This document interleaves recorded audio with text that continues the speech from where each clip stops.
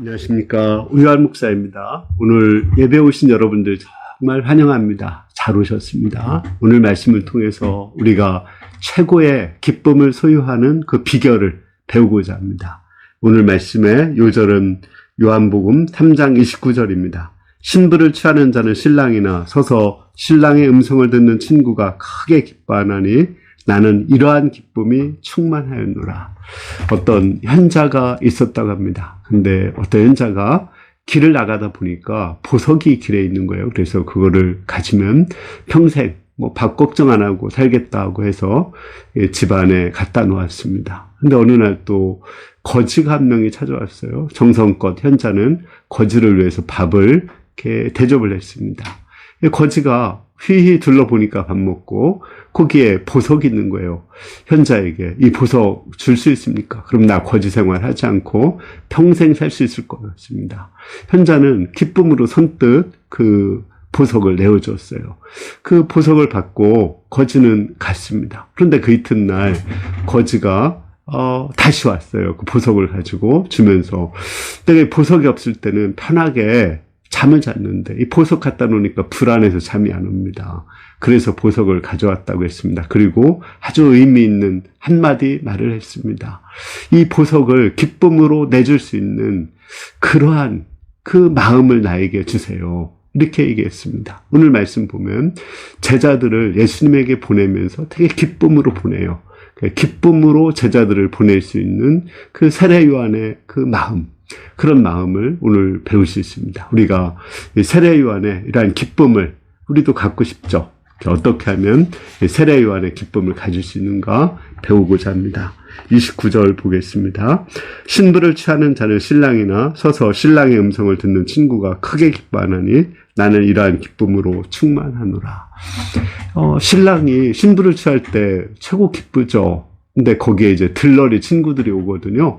들러리 친구들은 신랑이 그 신부를 취할 때, 우리 신랑이 이제 결혼하는구나. 이렇게 생각하고 신랑이 기뻐하는 그 기쁨으로 크게 기뻐합니다. 여기서 신랑은 예수님이죠. 그리고 그 친구는 그 세례 요한을 얘기하는 것입니다. 우리 인간들을 말하는 거죠.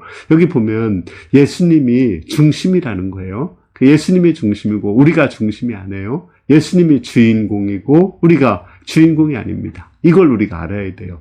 그래서 예수님의 이름이 높아진다면 비록 내 이름은 높아지지 않더라도 내 제자는 떠나더라도 예수님이 그 제자를 취할 수 있다면 우리는 크게 기뻐할 수가 있는 것입니다. 이러한 것은 사도 바울에게도 이런 기쁨이 있었어요. 그 사도 바울이 감옥에 갇혔는데 사람들이 시기심을 가지고 사도 바울에게 괴로움을 주려고 열심히 복음을 전하는 거예요. 그러면은 사도 바울은 자기 이름이 낮아지니까 슬퍼할 수 있잖아요. 그런데 사도 바울은 어떤 모양으로든지 예수님의 이름이 전파되니까 나는 기뻐하고 기뻐한다고 했어요. 사도 바울은 자기 중심이 아니라 예수님의 중심이었기 때문에 기뻐할 수 있었습니다. 이건 사도들도 마찬가지입니다. 사도들은 복음을 전하다가 매를 맞았거든요. 39대에 매를 맞았어요. 얼마나 아플까요? 그러나 예수님의 이름 때문에 내가 매를 맞을 수 있다는 것, 그것으로 인해서 그들은 기뻐했다고 이렇게 나오고 있습니다. 우리가 많은 경우에 슬퍼하고 근심하는 이유가 뭘까요? 내 이름보다는 그 예수님의 이름에 민감해야 되는데 내 이름에 민감하기 때문에 그렇습니다. 내 이름이 모욕받을 때, 내가 무시받을 때 우리는 기뻐하지 못해요. 그러나 예수님의 이름이 높아진다면 우리는 얼마든지 기뻐할 수가 있습니다. 심지어 내가 죽는다고 하더라도 병이 들었다고 하더라도 그를 통해서 예수님의 이름이 높아진다면 예수님의 영광이 된다면 우리는 기뻐할 수가 있는 것입니다. 우리가 이 세례 요한과 같은 기쁨을 가질 수 있는 비결은 바로 예수님 중심이고 예수님의 이름에 민감할 때 그때 우리는 세례 요한과 같은 기쁨을 가질 수 있습니다. 우리 29절 보겠습니다. 다시 한번. 신부를 취하는 자는 신랑이나 서서 신랑의 음성을 듣는 친구가 크게 기뻐하나니 나는 이러한 기쁨이 충만하였노라.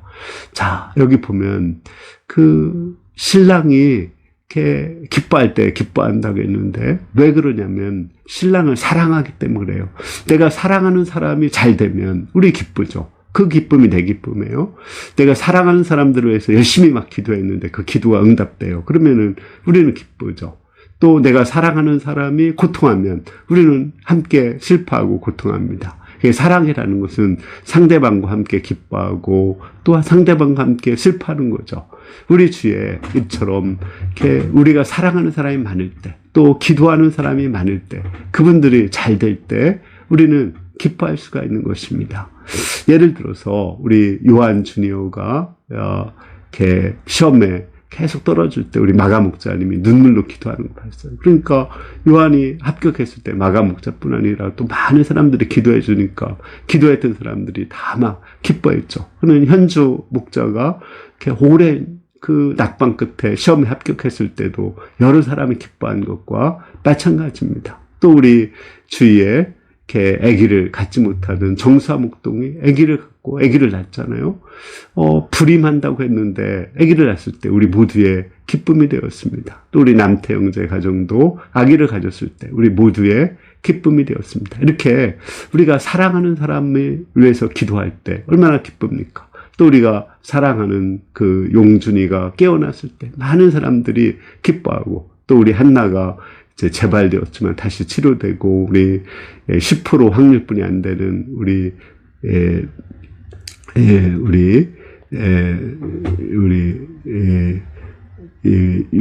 용범이 엄마, 우리 진실 사모가 이게 치료되었을 때 우리 모두가 다 기뻐했습니다. 이와 같이 우리가 기도하는 사람, 사랑하는 사람이 많을 때 우리는 기뻐할 수 있습니다. 우리가 하나님을 정말 사랑하면 하나님의 이름이 높아질 때 우리는 기뻐할 수 있습니다. 사울왕이 왜 이렇게 번민하고 괴로웠을까요? 자기를 사랑하기 때문에 그렇습니다. 자기 이름에 민감하기 때문에 항상 그는 고통하고 슬퍼할 수밖에 없었습니다. 그러나 다윗은 하나님을 사랑했거든요. 그때 하나님의 이름이 높아지기 때문에 그는 기뻐했어요. 그는 이렇게 기도했거든요. 하나님이여, 주는 하늘에 높이 들리시며 주의 이름이 온 세계 위에 높아지기를 원합니다. 그는 다윗 왕이 사울 왕에게 쫓기면서도, 또 아들 압살롬이 반역을 했을 때도 그를 통해서 하나님의 이름이 높아지기 때문에 그는 기뻐했습니다. 우리가 이렇게 하나님을 사랑하고 또 다른 사람을 사랑하면은 그로 인해서 우리는 기뻐할 수가 있습니다. 우리 30절 보겠습니다. 그는 흥하여 하겠고 나는 쇠하여 하리라. 여기 보면 더 나가서 이제 세례 요한은 나는 쇠한다고 했어요. 나는 떠나야 돼. 나는 사명을 마치고 이제 죽어야 돼. 그것도 기쁨이 된다고 했습니다. 왜냐하면 자기는 예수님의 선구자거든요. 선구자는 예수님의 길을 예비했으면 떠나야 돼요. 자기의 한계를 알고 사명을 알고 그 사명을 완수했을 때 그는 기쁨으로 떠날 수가 있었습니다. 이처럼 우리 인생은 잠깐 살다가 나그네처럼 가는 거거든요. 다만 자기의 사명을 다 완수하고 떠나면은 그로 인해서 기뻐할 수가 있는 것입니다. 예를 들어서 모세는 출애굽의 사명을 완수했죠. 그리고 후계자 여호수아를 세우는 그 사명을 완수했습니다. 그래 홀로 느보산에 올라가서 이름 없이 빛도 없이 죽었습니다. 기쁨으로 죽었어요. 왜? 여호수아를 세웠고 자기의 사명을 완수했기 때문에 그렇습니다. 마찬가지로 우리는 우리의 삶을 마감한다 하더라도 아름답게 죽을 수가 있는 거예요. 기쁘게 죽을 수가 있어요. 비행기가 착륙할 때 아주 이렇게 부드럽게 착륙하죠. 그런 것을 이렇게 원더풀 랜딩, 뷰티풀 랜딩 이렇게 얘기를 해요. 마찬가지로 우리가 죽을 때도 아름답게 죽을 수 있어요. 꽃이 떨어지는 것도 아름답습니다. 우리가 사명을 다 완수하고 죽는다면 우리는 아름답고 기쁘게 죽을 수 있습니다. 마찬가지로 저도 이제 제가 할 일 다 하고 이제는 성경 66권 유튜브 강의 마치고 또 우리 최요한 목자 세우고 오유한 주니어 목자가 잘 성장하는 거 보면은 그것으로 제 일은 끝난 거거든요. 그러면 저는 기쁘게 이제 하나님 나라를 향해서 갈 수가 있는 것입니다. 우리 결론적으로 다시 한번 요절을 보겠습니다. 신부를 취하는 자는 신랑이나 서서 신랑의 음성을 듣는 친구가 크게 기뻐하니 나는 이러한 기쁨이 충만하노라. 우리가 이 세례 요한과 같은 그 기쁨, 현자와 같은 그 기쁨 어떻게 누릴 수 있을까요? 이렇게 보석을 선뜻 내어주는 그 기쁨, 제자를 선뜻 보내줄 수 있는 그 기쁨, 어떻게 누릴 수 있을까요? 그것은 바로 예수님을 사랑하고 예수님 중심이 될 때 우리는 그 기쁨을 누릴 수가 있습니다. 우리 한설사모 단톡방에 있는 한 어린애, 이름이 믿음이라고 하는데요. 믿음이가 어린애로 있다가 천국에 당당하게 걸어서 갔다고 그래요. 그리고 엄마, 아빠를 기다리고 있다고 그렇게 보냈습니다. 그러면서 엄마, 아빠는 슬프지만 또 기쁨으로 그들을 보낼 수가 있었어요. 왜? 천국 가면 이제 고통도 없고 또 기쁨 가운데 자유롭게 살 수 있고 천국 가서 부모들을 기다리고 있기 때문에 그렇습니다. 마찬가지로 비록 우리에게 고난이 있고 아픔이 있고 고통이 있고 슬픔이 있을지라도 잠시 슬퍼도 그를 통해서 하나님의 이름이 드러나고 또 하나님 나라에 갈 수 있다면 우리는 기뻐하고 즐거워할 수가 있는 것입니다. 우리 모두가 잃을지라도 없어질지라도 우리 예수님으로 인해서 또 다른 사람으로 인해서 기뻐하는 그 기쁨을 충만히 갖기를 기도합니다. 아멘. 하나님 아버지, 오늘 말씀 통해서 우리가 예수님을 사랑할 때 이제 물질이 없어도 또는 사람을 보내도 또 내가 무시받아도 기뻐할 수 있음을 알게 하셔서 감사합니다. 우리 가운데 이러한 기쁨이 충만하게 도와주십시오.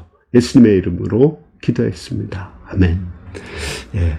우리 노만 커슨이라는 사람이 있거든요. 이 사람은 이렇게 웃음의 치료하기라는 책에서 많이 웃으면은 병이 치료된다고 했어요. 저도 옛날에 장통이 있었는데 웃음 치료사 강의 들으면서 많이 웃으니까 치료가 되었거든요. 이번 한 주 우리 예수님을 사랑하고 또 다른 사람 사랑하면서 우리가 많이 웃고 기뻐하는 가운데 건강하게 살 수 있기를 기도합니다. 감사합니다.